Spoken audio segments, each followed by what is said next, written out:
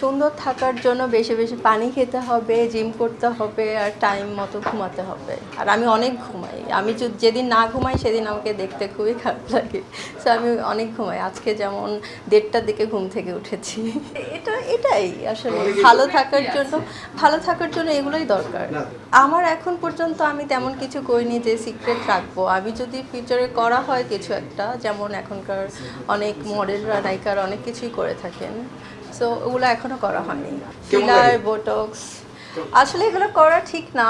যদি মানে 35-40 তখন এজ যখন হয় তখন বোটক্সটা নেওয়া উচিত, তখন রিঙ্কেল পড়ে যায়, তখন বোটক্স করলে আর কি তখন আর এরকম সমস্যা হয় না। আর যারা ফিলার করছে তাদের তো ফেস পাফি হয়ে যাচ্ছে, তারপরে ঝুলে যাচ্ছে, দেখতে খুব বাজে লাগছে। সো ফিলারটা করা উচিত না। আমি তো সবসময় খাই, না খেলে তখন আমি ওই রকম পড়ে যাই। আমাকে ডক্টর বলেছে তোমার বেশি বেশি খেতে হবে, না খেলে আসলে না খেলে আর মানে আর্লি এজেই আপনার বয়সটা চলে আসবে, মানে এজ চলে আসবে। সো আমাদের বেশি বেশি খেতে হবে আর জিম করতে হবে।